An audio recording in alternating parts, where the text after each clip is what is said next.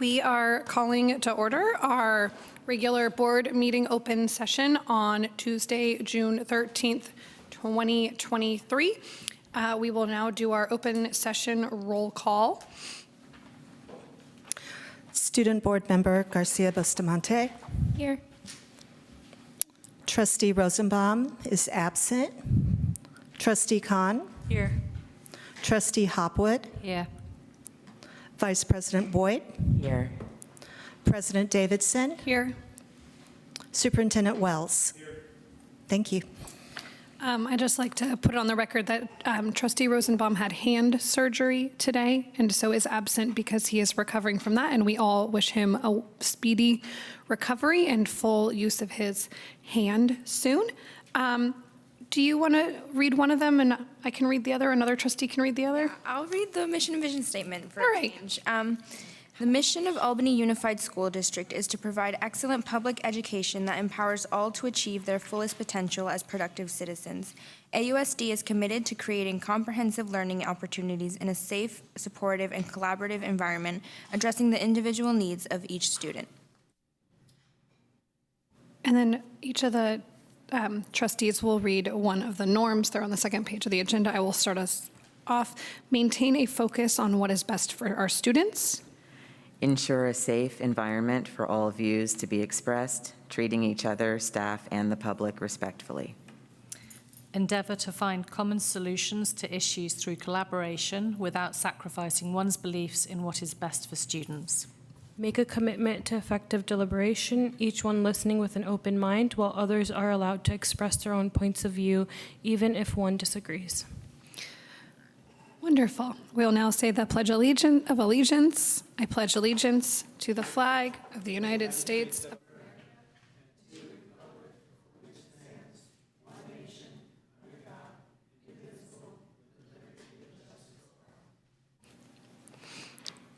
There was no action taken in our closed session, and we will now look for a motion to approve this agenda.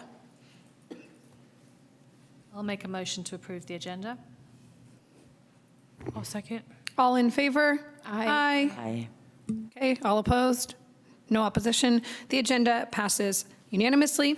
We will now take public comment for matters not on the agenda. If you are in our virtual audience, please raise a hand right now.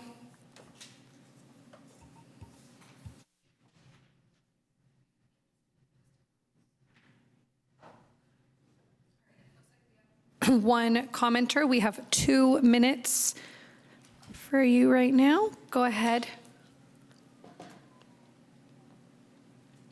Hello, can you hear me? Yep.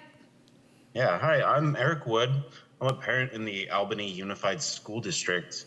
I just wanted to mention about and talk about the ELOP, Expanded Learning Opportunities Program through the Y, and how it doesn't allow us to pick up our kid for like shorter days. It is a 9-hour day, and it could be too long for some children. Not sure why it doesn't allow the accommodations for shorter days. And we heard that from the enrollment director. On a personal note, we were asking to pick our daughter up just a bit early because she has an official newfound diagnosis of ADHD. And speaking with her psychologist, we agreed that the camp would be really beneficial for her, but for that long of a day, it would probably burn her out, and we both agreed to that. And the enrollment director stated that they could not allow the accommodations. But I was speaking with another parent, and it was specifically stated that grace would be granted to those that need it. And definitely my child does need it. My partner wrote to the superintendent and the board, and that email still hasn't been addressed. So accommodations really should be granted within reason, especially for circumstances where parents are trying to both work and give the best care to their children. And we really shouldn't we shouldn't be made to choose between one or the other. May I ask you, I don't have an email, and from you, did other board members receive it? Okay, somehow I did not get that one. So I will ask a board member to forward it to me, and I think the superintendent has a response, as the superintendent is the only one who can respond to items not on the agenda. Yeah, thank you, Mr. Woods, for the comments. We do have, or had, our person in charge of the ELOP out for the last week and a half or so ill, and I did get a couple of emails regarding that issue from some parents, and redirected that to the person who can speak to that, those specifics. As it relates to the ELOP versus the non-ELOP program, the ELOP program is a state mandated program with really strict guidelines. And even with those strict guidelines, we're trying to work with the families on some of their unique situations. And I don't want to get into your situation in public, but I'm going to redirect you to Dr. Shin, who will be reaching out to you within the upcoming week. So I'm going to have her reach out to you. And we're committed to working with families and trying to make accommodations best we can, because we want to do what's best for the kids. And if we have a belief that this would be best for the kids, because the day is quite long, and I got to admit, 9 hours is a very long day, even for us adults. So you will be hearing from my staff, hopefully within this week, to work with you and your family on that resolution. Thank you so much.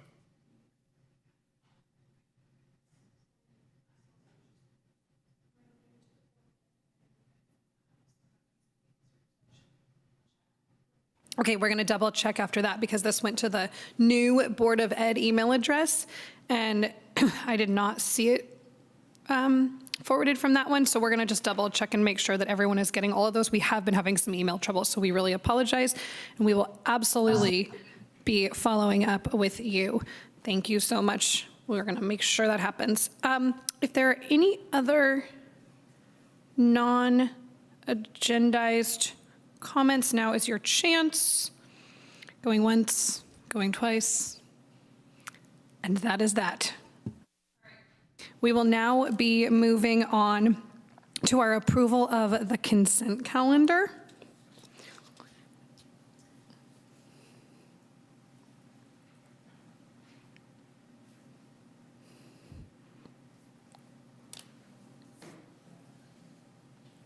Do you want someone to make a motion? Make a motion, or I actually would like to pull 7G from the consent calendar, but I can move to approve it with the exception of 7G. great. I'll second. Okay. All in favor? Aye. Okay. Any opposed? Seeing no opposition, we've now approved the consent calendar with the exception of 7G. Trustee Hopwood, would you like to ask questions? Yeah, and that's Mr. Reed over there. Sorry. I have my reading glasses and my distance glasses, and I should have a combination thing. We received an email from a parent whose child is in before/after school care with a question about rates, and that was well responded to. I saw the emails that we had going around between us. That was helpful, thank you. But I was just really curious about the increase, whether it's something that's on a kind of bell curve, because I think the kids who come do after school or before school care just for, say, an hour a week, and those who do many hours, or an hour per day, rather, and then those who do many hours per day. And then just the increase to me, and I understand about the freezing with kindergartners because of the site situation, but I was confused. One question that wasn't answered when I emailed was, so it's school-age children, which is TK to third grade, is the table, okay, right, because I didn't know whether that applied to the kids who were not on the sites at like Marin or wherever they have after-school care, but I wondered whether because you talked about the kindergarten fee being frozen, but then does that mean that if someone's child, like they had a kindergartner and a third grader, were all of those fees frozen for all their children, or just for the kid who was in kindergarten? Is that correct? Right. Let me pause for a moment. The audience won't be able to see you just sitting there. You have to stand at one of the podiums. No, but they can't hear you either. And actually, Trustee Hopwood, I asked for this to happen last year when we were increasing our rates, because our parents and families were forced to pay for more hours of care with TK and K. Yeah. We approved a rate increase and we froze the rates for those families for the years that their students were in TK and K because they were paying for more hours. Totally understand. Yeah, so I wasn't sure because on the table that's available, it doesn't give, it just shows one rate, right? So I wasn't sure if that was the kindergarten rate or the second grade rate or whatever, But right? now, starting this next year in the fall, everyone will be on the same rate because we're no longer I understand. requiring minimum day. So I understand, but I think the concern, as I worked out all of the percentage increases, right? So for example, if you're doing 1 hour per day per week, it's a 12.8 overall percentage increase. Whereas, you know, if you're doing, basically the people who are doing 2 to 3, 3 to 4, or 4 to 5, it just seems to be a particularly dramatic increase. So 42%, 56%, and another 42% overall from, so for example, if you're doing 3 to 4 hours per day, the increase is 56% from 2 years ago. So it was frozen, but it just felt like the freeze then really is more like a delay as opposed to, it's like they didn't do it for a year, but now they're having this huge 56% increase. So all I wanted is to find out a little bit more about that because I can see how some people, particularly with more than one child, I mean, that's an enormous amount of money per month. Yeah, let me interject on that one. Mr. Reed is coming up to speed. But our CBO has been working on this for the last few years, so she may be best suited to give you the backdrop and content and the big issue of why.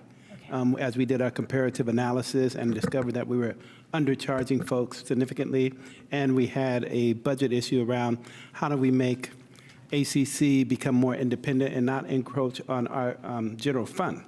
And one way is to have market rate approach. And so as we try to inch, well, that doesn't feel like an inch, 50%, but as we try to move closer to market rate so that the supplemental program, ACC, can be independent financially, and we don't become a burden they don't become a burden by us having to take our general fund and cover for them, because that's not sustainable. And so that's the whole rationale behind that.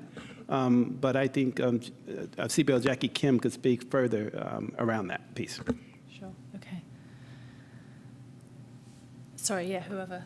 Sorry, I think Dr. Ware said what I meant to say, so thank you. So the increase is really between $25, maybe like $75 a month. So it is, I would say, less than $3 to $4 per day. But those kindergarteners, one way to look at it is maybe it was waived, right, for many years, and now the fee is catching up. So it's not like really a 50% increase. It's more like the fee was waived for many years. For the families, now it is the market rate that we will have to do to stay solvent for the program.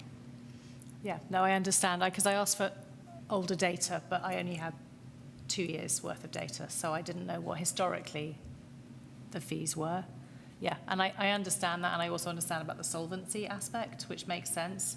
It just felt that certain groups, depending on the number of hours per day that their children attended, were being hit with a bigger increase proportionately than others. So I was just I think curious. we had this same conversation when these came before the board the last time. Sorry about that. No, I think it's valid, because if it keeps coming up as a concern and something we don't understand, then it really is something we need to look at for why. But we had the exact same conversation when we brought these before, and it was that some portion, some hours of the program were seeing a very different percentage increase or something. And, you know, in some ways I wonder if that's how we're comparing them to other programs, and like, okay, some programs only offer these hours, so we're comparing it to that, but they offer something very different and their price for this is really high, or the number of kids they can have is much lower than what we can have, and so they have to charge more. Therefore, you know, I'm looking at like the Creative Play Center, and I know that they have very limited kids that can come in there because of space. And so if they're charging, you know, the second highest rate here, there's probably a reason for that. And I would think that that's probably, of course, when you do the 2 to 3 hours. Anyways. Yeah, no, thank you for the context. I just think I feel sympathetic to parents who suddenly in June now are seeing this very inflated cost. cost. So I have another concern. Nowhere, so, and in fact, it was in the consent calendar. I have another concern on this, and I can hold it if anyone else has a question. Okay. My concern on this is parents can't even enroll in our programs right now, but we're saying it's going to be way more expensive. I'm looking at this as a parent who has to enroll because I need to drop my kids off at the same time and pick them up at the same time every single day. We both work. I cannot drop one kid off an hour after the other or pick one up an hour before.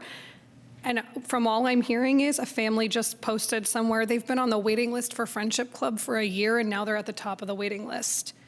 That's how it goes with that one. They didn't even open up enrollment. The YMCA isn't really a thing at some of our sites, so ACC is what we have. So to say, hey, we've got to increase our rates right now, but you can't enroll or you can't even contact anyone, I don't feel like that's a good way for our district to put our foot forward. So if this was me, I would make a motion that we table this for the 2 weeks until the next meeting, try and get our application stuff figured out, our website for this updated a little bit, and then we can look at attaching these fees to it then. Well, you have to come up to our podium. Can I add I think the specific thing is there's not information available online of when we will be able to enroll, what the process is, how long we will be waiting, when will we find out, et cetera. I think that's the specific ask here is that can we get that information so that parents can plan accordingly? That's so timely because we worked on that specific today. Thanks to our board president who put herself in a person in need shoes and discovered that as you search, you get routed to a person and you call and they're out for the next week or two and then frustration after frustration after frustration. So there should be some kind of communication on the web about more specifically, which we did today. When are we going to start accepting and approving? At minimum, we should have that. So you're right on target, so I appreciate that, Trustee Khan. Just wanted to offer a little explanation as we're sort of playing this double Dutch game, right? And so we get that there wasn't enough information for families to know about the timeline for enrollment. But in terms of the rates, we were sort of waiting for the new rates to be approved to open up enrollment. Some of the new board trustees don't recall, but last year we had an issue where we approved the rates at the last meeting in June, and then summer happened and parents weren't notified. And so they had enrolled under, it was not a good look. And so this time we were trying to have the board approved rates on the literature so that didn't happen again. So that's, but we missed the mark on having information on the website. Well, it's on, I see now that at least you get to something that's more current. So at least now our website shows the programs and the hours and our capacity. Not sure the capacity matches what we said we would have in another board update, so let's double check that. At some, I just really want to run the numbers with more time. It does say we do have a link to an application now, so I would say these are big steps that make me a little more comfortable from yesterday. So what you're saying is you'd like to have the rates on there when people start applying right now? Right. Okay. I know. Woo! This is big kudos over here. That was quick work, everybody. When our community needs something, we make it happen. Okay. Yeah, so thank you for the context. I think what was missing was the explanation that the rates were frozen. Mm-hmm. So then parents just saw what they thought was an inaccurate representation of the rates from this just finished school year. They hadn't realized there was a freeze. And then the other thing is just what seems to be a dramatic increase because we don't have the data on the website that shows actually this is how it has increased or how it would have increased if we hadn't frozen it. Mm-hmm. And I understand comparing the different programs offered in the area, that it's competitive, it's in line. So yeah, that's great, thank you. I just wanted clarification because I feel that people need to understand why things are the way they are. And I think I'll add one more piece about the rates, is that if you take the monthly amount and divide it by the number of hours, for the first top two, you're paying about $195 per hour. But as you sign up for more hours, your hourly rate, so to speak, decreases. And so I think that's common practice, and I think that's kind of what we're sticking with. So the more hours, you get a cheaper hourly rate. However, there are some families that will only need that 1 hour to offset a program that we've implemented, which is our early bird, late bird. This is similar to my kindergarten argument a year ago. When we as a district are forcing families into these situations that make it impossible for families to work, I would advocate that we really try to do what we can to say, hey, we have this 1 hour of care. Maybe it's a special program and those kids that come for 1 hour are just doing like one small thing and they don't have to do all the work of, I don't know, feeding them a snack or anything. But is there a way we could look at that and maybe we don't raise that if people just need to offset the early bird, late bird hours? Because that's the only reason I can see someone needing a 1 hour of care. I think the 1 hour also comes into play because they open as early as 7:30, and start at 8. So it's not all just the early bird, late bird. It's also these early folks that need to get to work by 8. So yeah. Would we consider offering an early bird, late bird program for siblings, particularly for siblings of other grade students? So, I mean, we've got a lot of families, we're going to be asking them if you have a kindergartner and a second grader, you're going to be doing different schedules. If you have, I'm going to have a second grader and a fourth grader. So I can't get a schedule where they're the same. I think as we look at the enrollment and the wait lists and the priorities, because there's also a capacity limit, right? Maybe that's something that we can consider as far as like who has priority when we are enrolling. And one of the things I want to highlight, because we are so below market and we were not generating enough income for our preschool to be independent, we thought this was a fair raise and not astronomical, but it keeps us somewhat competitive and our program is in demand. But this is how we saw us becoming solvent in the ACC program. And so it would mean going back to the drawing board. But the CBO and her team did a tremendous amount of work on this to try to make the program independent and fair. And we still think we're under market. Just to be clear, this only relates to our school-aged program? Yes. Okay, so when we just said that you said our preschool, so we're not, this has nothing to do, okay. ACC, that would cover ACC. All right, well, I'll express my personal view is I still would love to see something more for basically something that we're forcing families into with our own scheduling thing, and they have no choice around. So I would love to see us make some serious efforts around that. Other than that, I see the realities of this whole thing. And the need, as Ms. Gonzalez has said, about actually having these rates confirmed or approved so that these applications can take place, right? So I mean, where are we at now with? Well, we are continuing to accept applications and will communicate your child's admission status starting July 7th. Yeah. So we said as of July 7th. Okay, so the implication being that we have time to table this until the next meeting and have more of a discussion, or at least would we come up with more information or? I mean, the board has the ability to vote yes on this as it stands.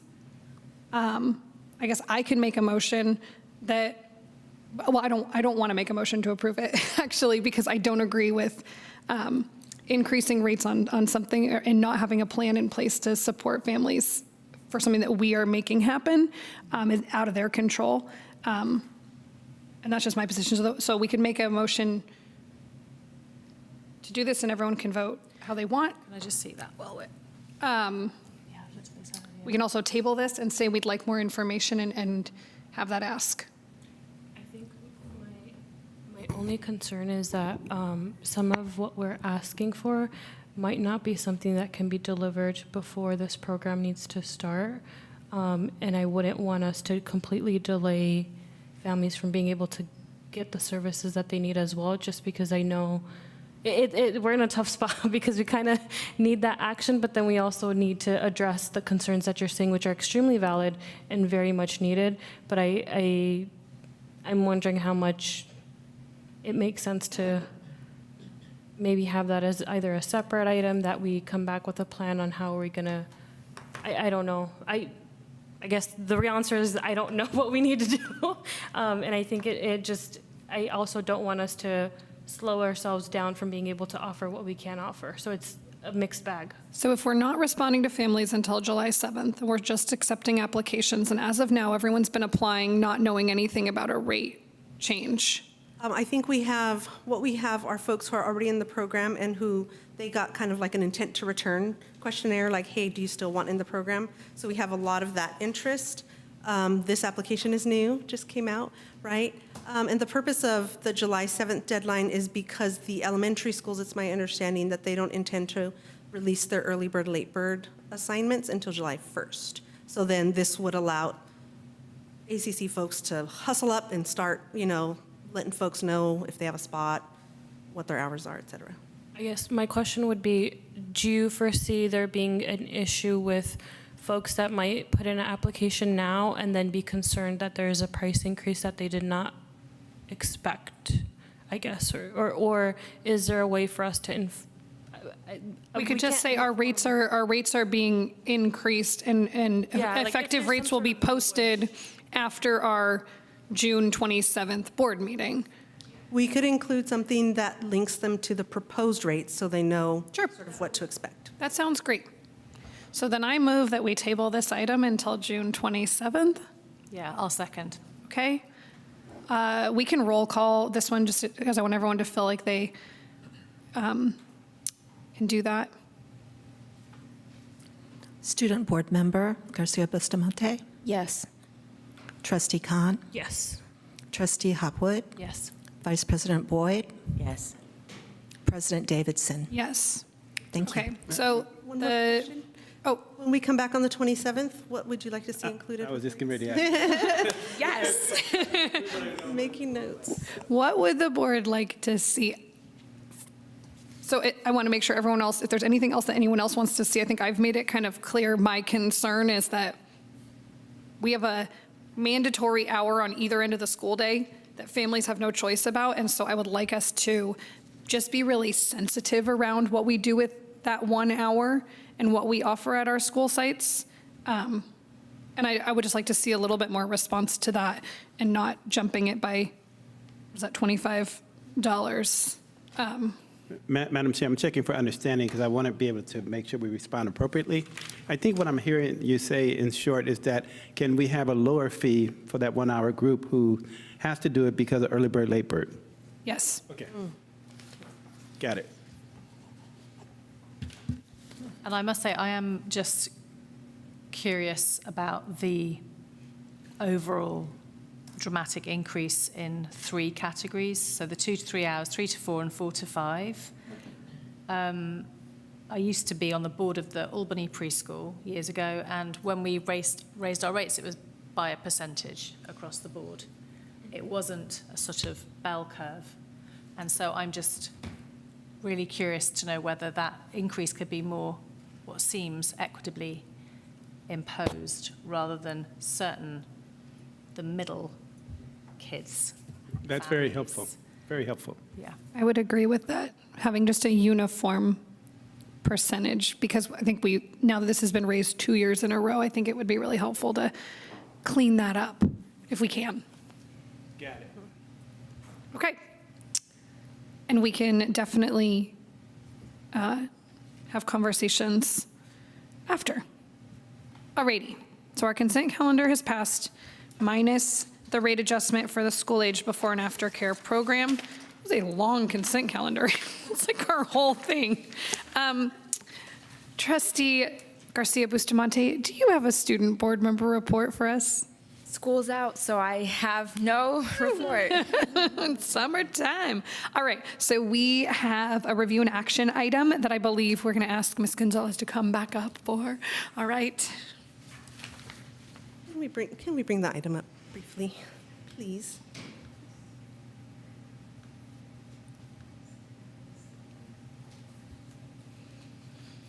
So the purpose of this item is, as you probably read, is to allow one of our fully credentialed employees to teach in an area outside of their credential authorization. And this, it's a long phrase, but really what it is, we call it a local assignment option. It allows us to assign a person someplace that they've exhibited that they already have some level of expertise in. And in this case, Mr. Hart has been teaching AP Art History for several years. So this just cleans us up on the credential side. Okay, any questions from the board on this one? Any motions? I move to approve Resolution 2022-23-37. Second. Okay, all in favor? Aye. All opposed? Seeing no opposition? And just so everyone knows, there's no one in our in-person attendance of the public, and there was no hands raised on that one. So the resolution passes. We will now move on to our public hearings, and the first one is on the Local Control Accountability Plan, otherwise known as the LCAP. Thank you, Madam Chair, President Davidson. Annually, we are required to present our public hearing on the LCAP. Tonight, we will have our Assistant Superintendent, Dr. Ann Shin, do the honors. Dr. Shin will be doing this from afar. She's struggling with illness, but she's a soldier, and she's going to stand and deliver via virtual. Oh, she's on the screen. Oh, hi, Dr. Shin. And so I'm going to pass it over to you at this time. So much, Dr. Wells.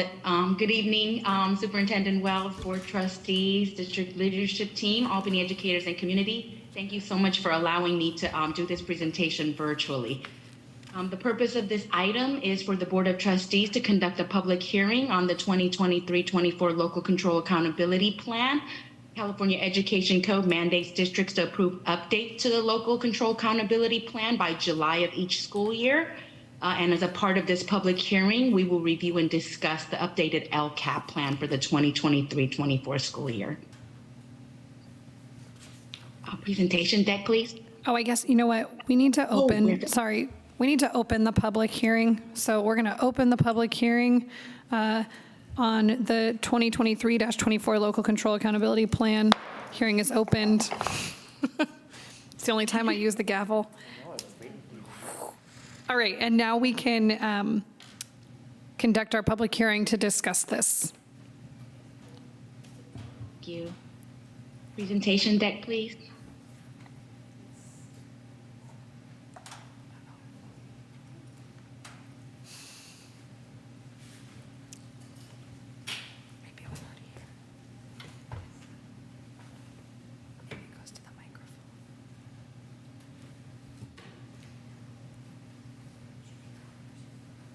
Wonderful. If we could go to the agenda page, next slide, please.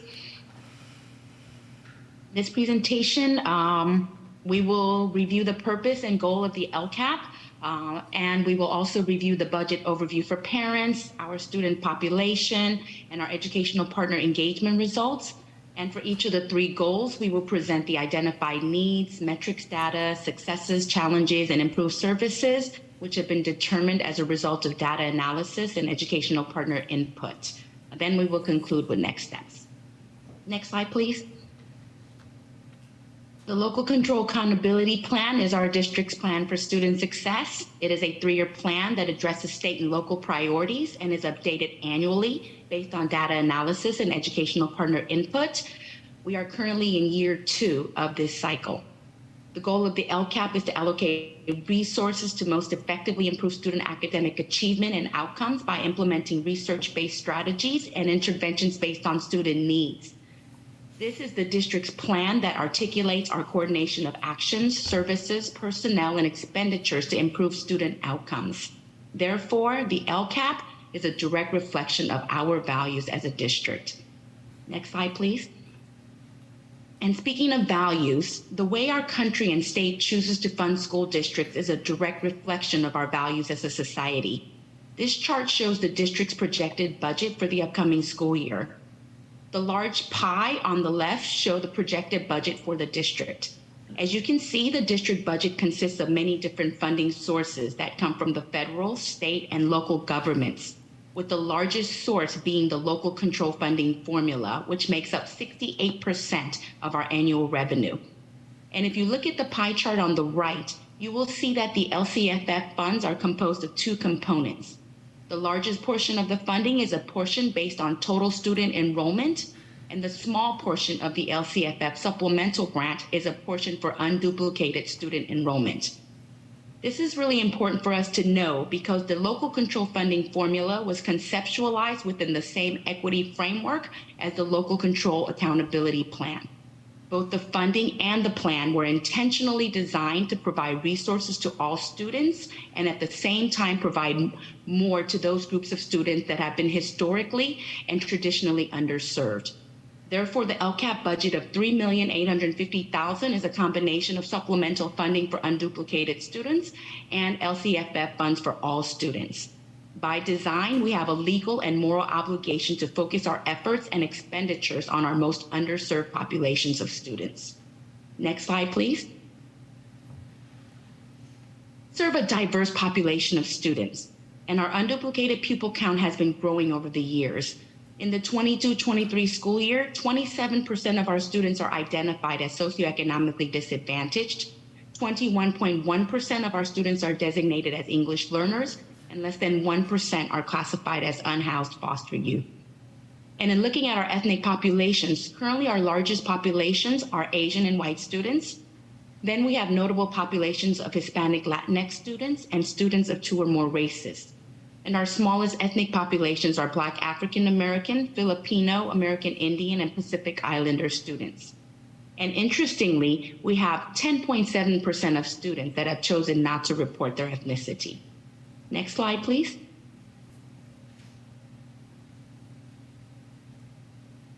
Educational partner engagement is an important part of the LCAP development process.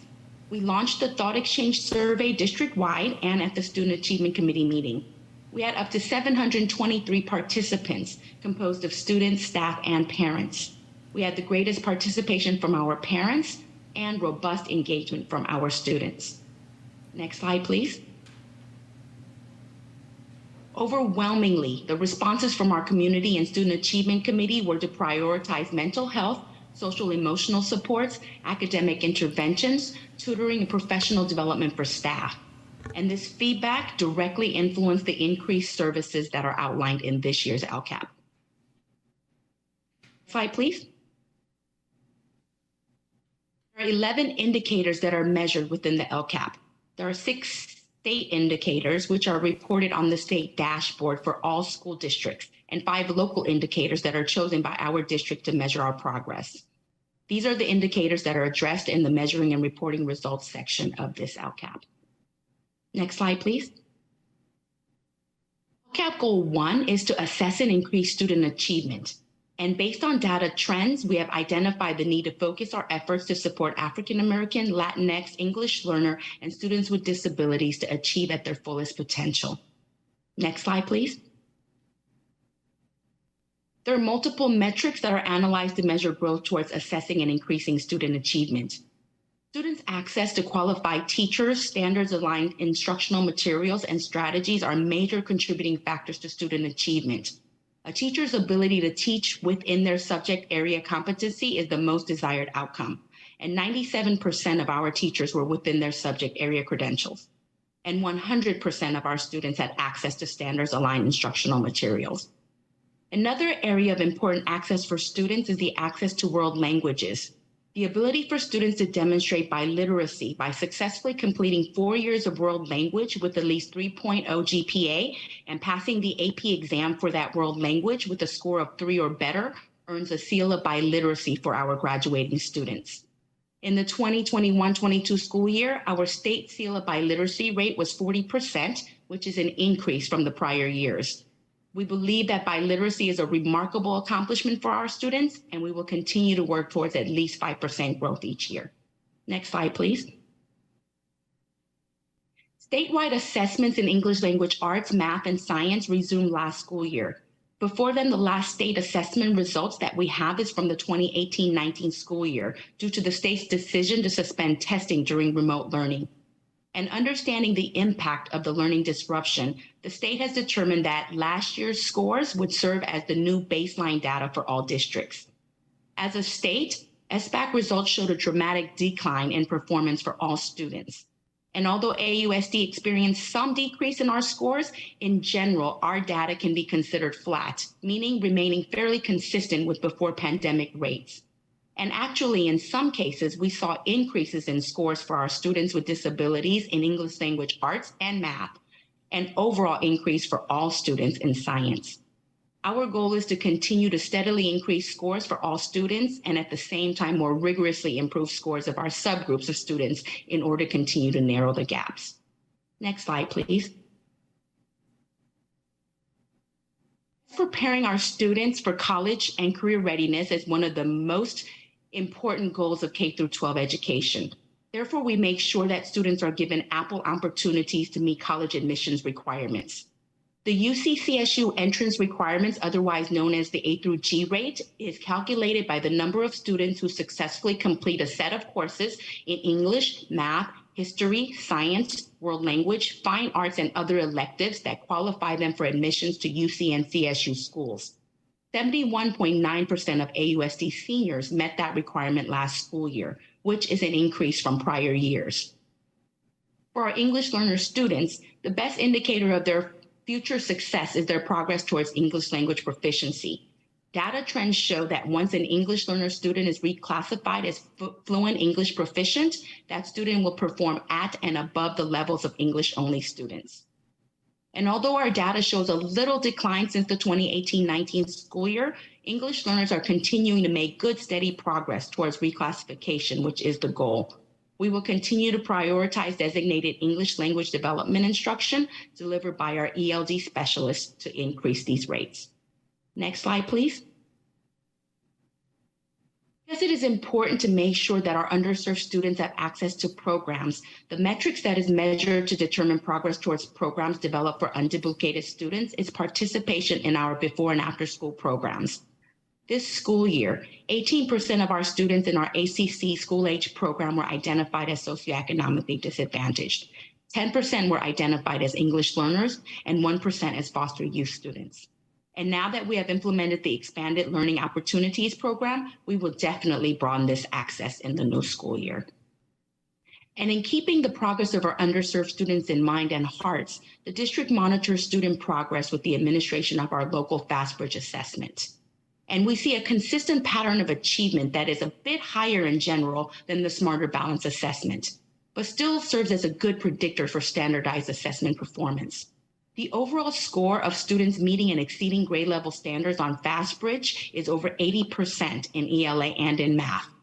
And although the existence of the achievement gap for our underserved students are still evident, there's much narrower gap in the FastBridge results as compared to the SBAC scores for subgroups, especially for our socioeconomically disadvantaged and Hispanic students. Next slide, please. The analysis of data metrics, educational partner input, and reflection of successes and challenges has determined our actions to improve services. This school year, we hired a director of professional development and assessment, and we hired math coaches to support the development of our classroom teachers, which was very successful. In the new school year, we will continue to increase our investment in professional development for our educators by providing more district-wide learning and training opportunities related to MTSS, UDL, anti-racist teaching, evidence-based literacy, math, and other relevant topics to improve instruction. Our goal is to expand our capacity to provide improved first instruction by investing in our classroom teachers. Our theory of action is, if we increase adult learning, then we will improve student achievement. Next slide, please. LCAP Goal 2 is to support the whole child. As a result of the pandemic, many students continue to experience feelings of disconnectedness and isolation. And in order to provide the sense of connectedness and belonging, we are prioritizing social, emotional, and attendance supports for our students. Next slide, please. Attendance is directly related to achievement. If students are not present to engage and learn, they cannot achieve at their fullest potential. That is the reason we keep a close eye on attendance data to measure progress towards supporting the whole child. Overall attendance rate dropped by 1% this school year as compared to last school year. The need to quarantine due to COVID exposure may still be a contributing factor in this data, and we will work to bring that rate back up to above 96% in the upcoming school year. The chronic absenteeism rate more than doubled this school year from before the pandemic rate. And although much of this increase can still be attributed to the continuing rates of COVID transmission and the need to quarantine, the higher rates of absenteeism for our Black, Latinx, English learner, and students with disabilities is of concern and need more robust supports for improvement, which we will be working on in the upcoming school year. Next slide, please. How well our students are matriculating through our system is an important measure of our success as a district. And the greatest measure of successful matriculation is our graduation rate. Our graduation rate is 97% for the class of 2022. These students successfully graduated from our high school with a diploma, while other students may have passed the California High School Proficiency Examination. And at the same time, we have less than 1% of students who dropped out and no students who were expelled. Also, how students are feeling as it relates to a sense of connectedness and belonging contributes to their overall school experience and the desire to engage and achieve. And in order to understand student perceptions, we administer the Healthy Kids Survey. This survey is administered to students in 5th, 7th, 9th, and 11th grades to gauge their sense of connectedness to their school and meaningful participation at school. Last year's results show some decrease in results from the 19-20 school year. The conclusion that we can draw from this data is that students are still feeling a sense of disconnection in that first year back to in-person schooling. Our goal is to continue to provide supports and activities for students that will help them to reconnect with their peers, staff, and the school. The Healthy Kids Survey will once again be administered in the upcoming school year, and we look forward to the data that will give us more accurate comparison of the results of our efforts from this school year. Next slide, please. Based on our metrics data and educational partner priorities data, we will improve services by increasing our investment in social emotional supports, by hiring a safe and inclusive schools coordinator for AMS students. We are also investing in the young men of color and young women of color programs at the high school to increase the sense of belonging and connectedness for our most underserved students. And we will also increase our investment to improve engagement and attendance by compensating school staff to intentionally and systematically connect with our students and families to provide the support that they need to attend school. Our theory of action that drives this goal is if we increase social emotional supports and school connectedness, we will improve student attendance and outcomes. Next slide, please. LCAP Goal 3 is to communicate and lead together. And our greatest goal is to include differing perspectives by increasing diverse voices in decision-making. We know that caring adults from diverse backgrounds are able to collaborate and work together. It is our students that benefit. Next slide, please. In alignment with our goal of communicating and leading together, we prioritize parent input in decision-making as an indicator.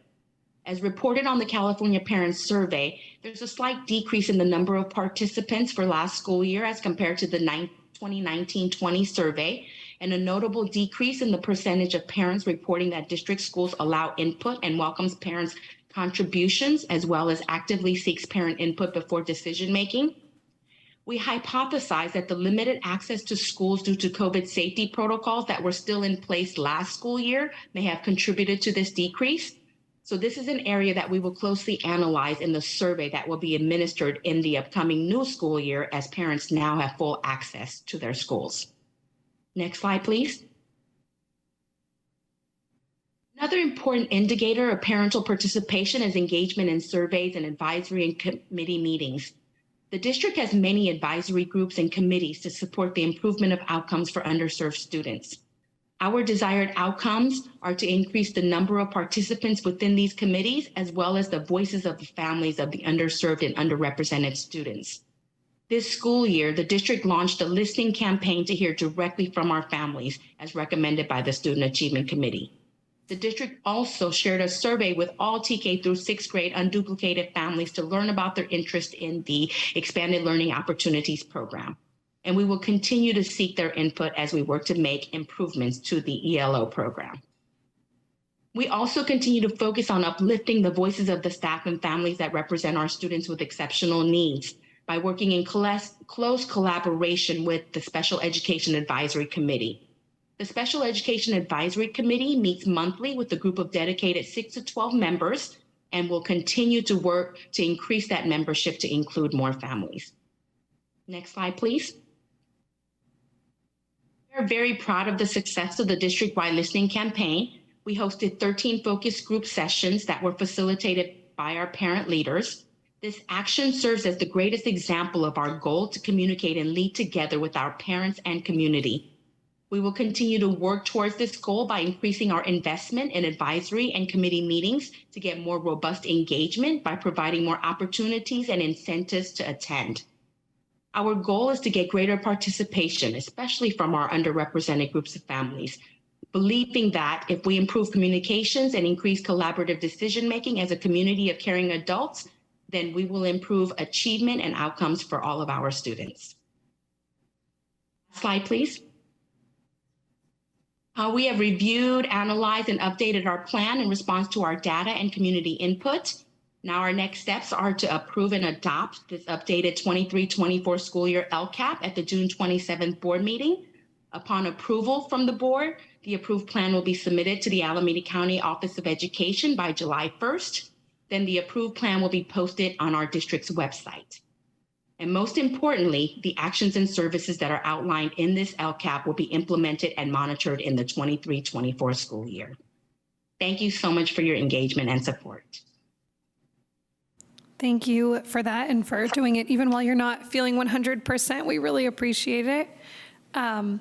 Okay, so we will now open this up to board questions. I just want to let everybody know, based on our timing, we have 3 minutes for this. For these, I know this is a big item to present, so let's just be concise in our questions and comments.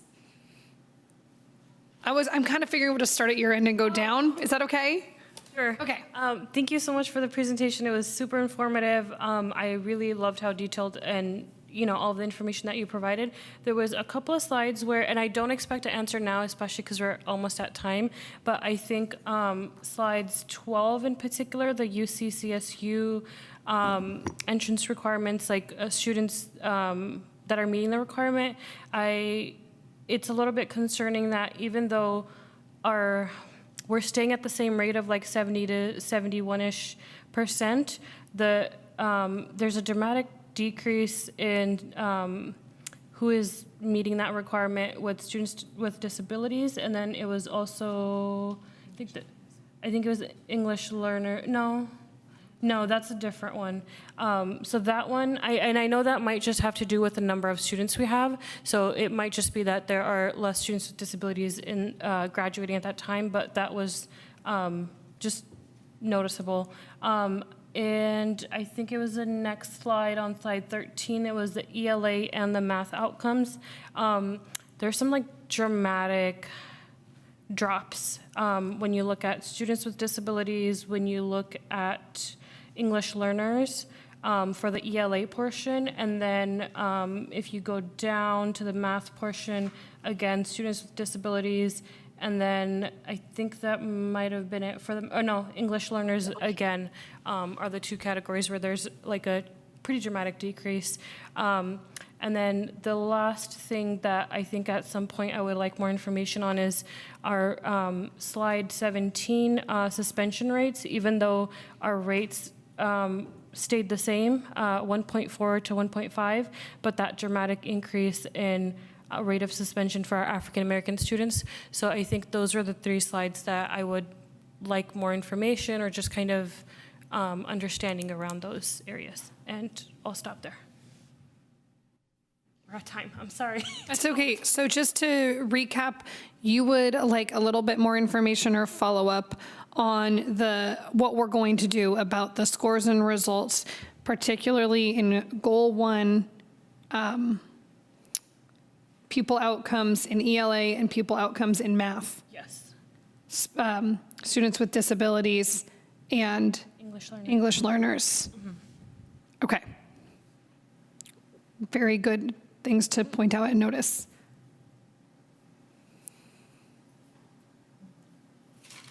No questions, but thank you, Dr. Shin. Then just make a motion? Or- Well, hold on. Oh. Do you have any? Okay. I was just hoping really quickly, my last thing, on the slide 22, goal 3, measuring and reporting results, we have parental participation for unduplicated students. I was just a little bit confused where we have all parents at the bottom. Is that the participation just in certain committees? So if we could just have some follow-up on that. And I don't know if I've ever heard of this committee, the English Learner Advisory Committee. So I guess we would. Every school has an English Learner Advisory Committee. Oh, okay, but that's not a board committee. No. Okay, I think just if we could have a little bit more information on that for all of us in the community, that would be helpful. Okay, I don't think we are taking a motion tonight on this. This is just a public hearing. We have it next week. We'll have the motion on it. So I'm just going to check if there's any public comment on the LCAP public hearing. Going once, going twice. That was the chance. Okay, we're going to close our public hearing. The public hearing on our LCAP is closed. Thank you so much, Dr. Shin. We hope you feel better. Get some rest. Okay, we will now open our public hearing on the 2023 budget and Resolution 2022-23-38, confirming the district's commitment to fiscal solvency. The hearing is open.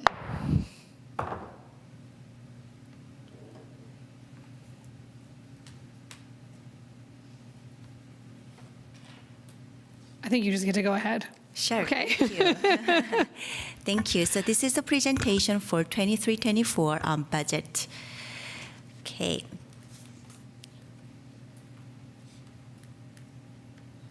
Okay, so this is one of the routine required state reporting: adoption, first interim, second interim, and what we call unaudited actual. So the first three items on the top, adoption and interim reports, are the budget numbers projection. And the fiscal close, we call unaudited actuals to the board. It is the actual numbers, and that report gets audited by independent auditors. So this proposed budget include updates from the May revise, and executive summary, and SOX reports, which you will see about 148-page report, and 3-year projection, which we call a multi-year projection. So 23-24 and 2 subsequent years. So this is a budget timeline. So we are in June, so we will have budget public hearing and adoption in June. So EDCO requires that we have 2 separate meetings for the public hearing and adoption. Now, coming to September, we'll have the unaudited actuals, which is the book closing numbers. In December 15th, we will have the first interim. In January, we will have a governor's budget. And with the information, we will have second interim by March 15th. And again, May for the May revise. So this is the budget cycle for the year. And now this budget development factors. So the student enrollment is so critical for this budget. It's a revenue driver. The staffing plans. So this drives our revenue. So for example, so we have 9 classes going up to our middle school. but we have about 23 more Albany residents coming to our sixth graders. So yay, now we get to add one more class at sixth grade at middle school. Okay, so that's one of the example. Now revenues. So Power School conducted our enrollment projection, and it shows that we are going to have about 40 students less next year. So that really translates revenue of about $440,000 less that we are going to receive next year. So that is a declining enrollment and unduplicate students count. So those are about 31% that we have in the budget. And also, this budget also will change with our local contract with our neighbor partners, our Albany Teachers Association, and CSEA and SCIU. So they are our neighbor partners that we are going to work with them throughout the year. Okay, so this enrollment trend. So we are also experiencing declining in enrollment, which is same as the other school districts in California, especially in Bay Area.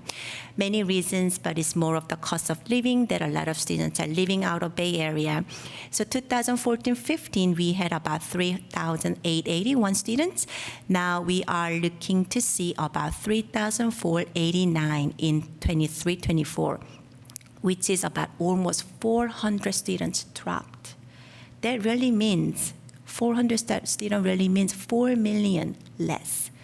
If we have a 388 one student, we are going to get 4 million more. That's what it really means to us. Okay? And this number include inter-district transfer students. Okay. So let's really talk about declining enrollment. So this is a scenario, right? So if we say we lost about 117 students, and easy numbers, let's say 10,000 per student, so we are going to have a lost revenue of $1,170,000. So that really means that we got to do the proportional layoff, which is about 5 teachers. So they will give us savings of about $473,000. So we are going to lose, or we are going to get less of more than $1.1 million, and we get to only save about $473,000. So that is a deficit of $697,000. So declining enrollment is not only the losing revenue side, but it really impacts big on our budget. So it is a big problem for us. Now, this is the assumption that we use for this multi-year projection. So you will see the second interim, the first line item. This is where we are in 22-23. The enrollment is 3529. ADA, the second line item, is what we get funded. Okay? So that is the actual ADA. So also I wanted to address, we used to have about 96.6% of ADA. But the most recent year, we have a data for 95.3%. So we dropped about 1.3%. That also translates, right? 1.3% means about 40 students. That's another 400,000 or 440,000 less. So not only we are declining, but we are also declining in our attendance rate. Okay. Now you will see the third line item called funded ADA. This is quite interesting because we get funded based on 3-year average. So now the number is not even an ADA, but it's a 3-year level, which really helped us because we had a higher ADA in previous years. And you will see the COLA, the 23-24 will be 8.22%. And you will see LCFF per student, that how much we get from the state. Okay. And the STARS rate stays the same. However, the last line item, PERS, is going up significantly from 25.37% to 28% in 3 years. So those are big jump. Okay, so here is the detail of our LCF funding, which is from the state. This is majority of the funding coming from. And this proposed budget is only the initial blueprint for revenues and expenditures, since the preparation of this budget is before the state enacts its budget, which is July 1st. So this number can change by July 1st, which is in 2 weeks. Okay, and I get these questions a lot. What if our kids miss the school? How much that impact us? You will see in the very last column, it's between $60 to $73 that we will not be able to collect. So those are the attendance rate daily. This is a very interesting data. So the school services put this data together for us, for the board in the past. And then you will see that Albany is all the way in the right side, the third one from the right. So what this really means is the yellow bar, LCFF, we get pretty much the least amount in County of Alameda. The other two districts on the right hand, those are from Southern California school districts. So in Bay Area, we are not in a good position for the LCFF funding, right?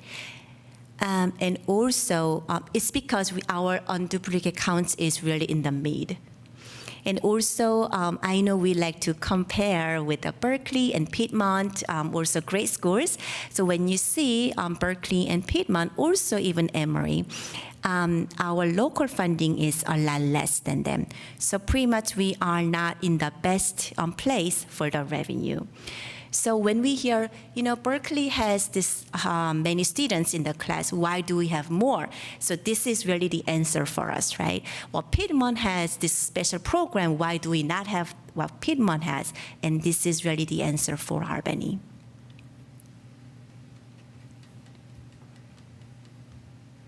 Okay, so the key guidance based on the governors may revise. So the first bullet point is a $2.5 billion reduction for the Learning Recovery Emergency Block Grant. So it is about 32% reduction. So that is very unfortunate. Now, general fund has to contribute over $500,000 if this reduction really happens as may revise. The second bullet point, $607 million reduction in 22-23 to the art and music block grant. That is a reduction of $1.1 million for Albany, 50% reduction. Third bullet point, the delay of $500 million in plan support for from 23 to 24-25 for preschool, TK, and full-day kindergarten facility grant. So the purpose of this grant is to help districts to address facility constraints in these grade levels. For example, our TK expanded the age range. So we used to have only 2 TK classrooms. This year we have 3, we added 1. And upcoming year we are planning to have 4 classrooms. And the following year we are planning to have 5 classrooms. So even though we just built a brand new school, we still have the classroom constraints. So it is just unfortunate that this grant is delayed. The last, the May revision estimate the total funding for Prop 828 to be $933 million. So this is great news that we get to have more funding for the Prop from the Prop 28. However, due to the state funding uncertainty, because state also says that the state revenue has been decreased, so the state has not released the apportionment date. In other words, we don't know when we are getting the money. The good news is when we have the funding comes, we get to use it for the next 3 years. Okay. So this is our pie chart for the total general fund revenue. We have about 82% of the state funding. Federal only 2%, and our partial tax 11% thanks to our Albany community. So this is where we are. So we do rely a lot on the state funding. Okay. So this is our total expenditures for the general fund. We have about 85% of personnel expenditures because we are in the people business to educate our students. So we, it's about 85% is normal for average for other school districts as well. Now let's look at the multi-year projection. So you will see that we barely met 3% at year 3, 25-26 year, with the reduction of 330,000. So board will also see the resolution this evening, 22-23-38 resolution, that we are proposing the reduction of 330,000 by May of 2024 before the next budget cycle. And I would like to point out the biggest one here that I will see something as an accountant. See, I would say something unusual is right here, the transfers in and out of 300,000. I don't know if I can highlight this well. So what this is, the general fund is funding our ACC program of 300,000. So that is what is budgeted, and we are also have been funding or funded for to the ACC program. So this year I'm seeing that 22-23 and also 23-24, our preschool will be close to servant. However, the after-school program is not, and this is really 300,000 is really for the after-school program. So the different model for the preschool and after-school program is preschool, we are earning the max, so pretty much out of 72 students, 55 students are subsidized families, and the state grant is pretty much paying for it. However, after-school program, we will have to rely on our parents' fees. So when we don't have enough parents' fees, then this is the general fund contribution to the ACC programs. Okay. So what is our next steps? For the current year budget, September, the board will receive an audit actual, which is the book closing numbers. And this will get audited, and we will bring the audit report to the board January 2024. Now, New Year's budget. So this evening, we have a budget public hearing.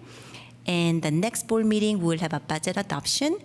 And by July 1st, the governor will act on the budget. So this number might change. And this is where we know for sure where our budget will be, where the revenue will be. Okay. Always our favorite presentation of the year, when you feel like your hands are tied and Jackie does a magical balancing act of all of this. So, any board members want to jump in with questions, clarifications? You want me to lead us off? I got plenty, as usual. All right. So, one thing, and I think this is not something we can answer in this meeting, that I would really like us to discuss, and I felt this as a parent this year. My kids got sick so much. And I thought that if we had it excused by a doctor or we showed all those, that we were still getting funding. We do not. However, we do not want sick kids at school. So I feel like as a board, I brought this up with PG&E, but we need to do this. We need to advocate at the state level that when kids are sick, we still get funded. If they are legitimately sick and they're out with RSV or influenza or COVID or whatever, we don't want it spreading. Let's give the schools the money, because we can't have then sick teachers, et cetera. So that is frustrating to me to look at this and be like, yeah, you're funded on your ADA.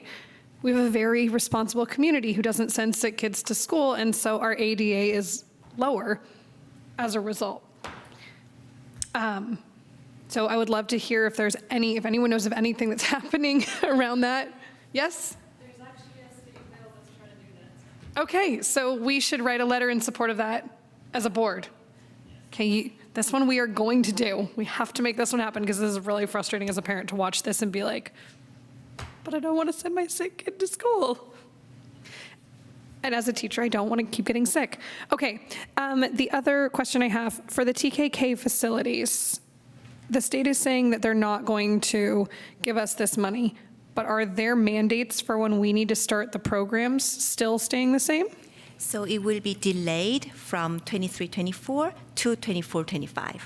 Okay, so we still have the chance to say, I mean, I guess not at this point, because we've already put things in motion, but we would have the opportunity to say, we can't afford to start this. We will have to serve our TK students because of the age changed, the range.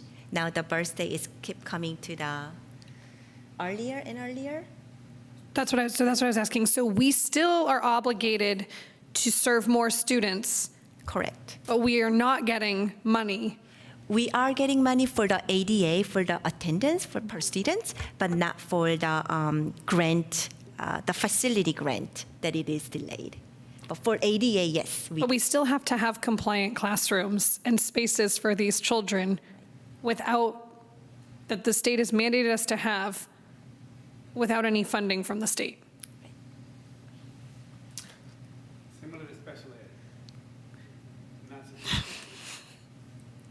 This is great. These are the challenging things of being on a local school board, because we can do almost nothing about these things. So that's good to understand. I think we can continue that. Then something we can control here. In that ACC, you said we're still paying $300,000 from the general fund towards that. Would the rate increases that we saw earlier get rid of that? The proposal rate was about 150,000. So we would still be 150,000. Correct. Okay.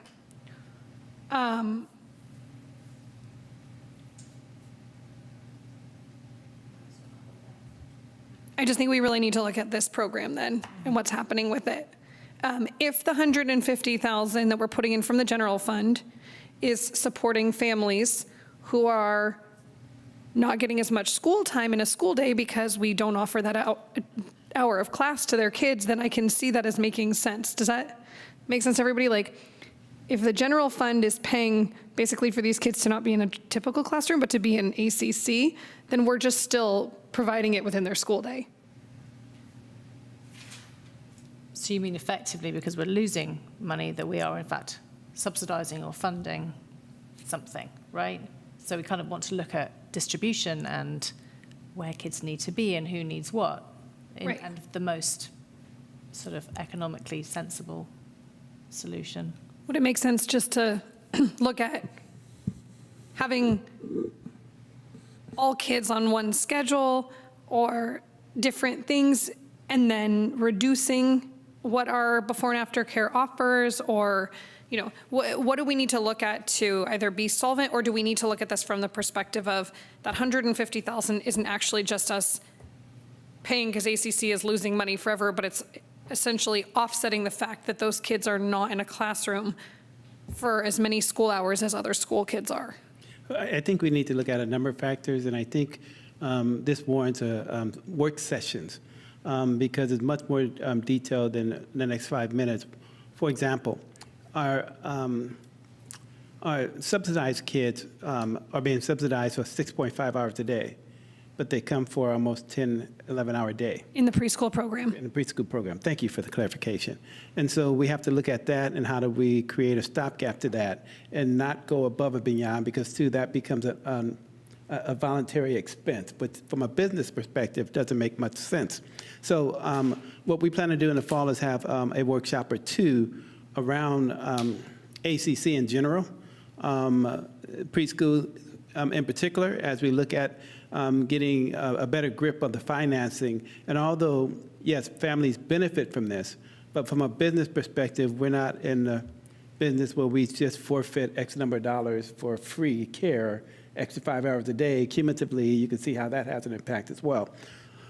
So we're going to look at that, but it has to be done in a workshop so we can get down to the nitty-gritty and then have a proposal as a result so that we can become more solvent and have programs that are sustainable in the long run. My last question is, I'm not seeing anything about the Albany Aquatic Center on here. Well, Albany Aquatic Center is doing great. So I don't see any deficit for the program at this point. So it's running its own show independently doing its own thing. Yes. That is great news. Yes. I think that it would be helpful for us just to get a little like quick overview of it if we can, just so we know what it looks like. Yes, we'll do that. Okay, that would be great. All right. Thanks for letting me fill all that time. Anyone else? Not really a comment about the presentation, but going back to what you said earlier, at the state level, there is SB 98 by Senator Portantino, but it's passed over to the assembly side now, which is the most ideal time for us to be writing letters because it's out of Senate now in assembly, and so there's a lot more assembly members than senators that need convincing. So I think if we were as a board to write and request, and specifically this bill, what it does is instead of funding us based on attendance, it would fund us for the number of students enrolled, because as a district, we still prepare to serve the amount of students that are enrolled, not, you know, how many are going to be there or not. So that's what this bill looks at, and it would, on average, increase each district's budget by about 3.4 million, which I think would solve our problem. Whoa! So I think it would be wonderful if we could write, and I don't know if we're allowed to encourage parents, but I think hearing from parents and community members about this bill could make a difference. This bill, well, a version of this bill did fail last year, so I think it's important now more than ever to really push for this.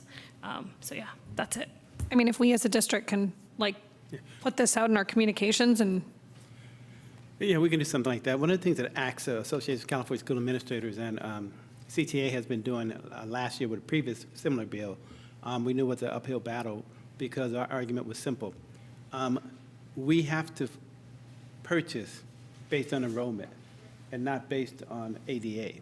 And so it doesn't make sense for us to be funded on ADA when we still have the responsibility of all kids.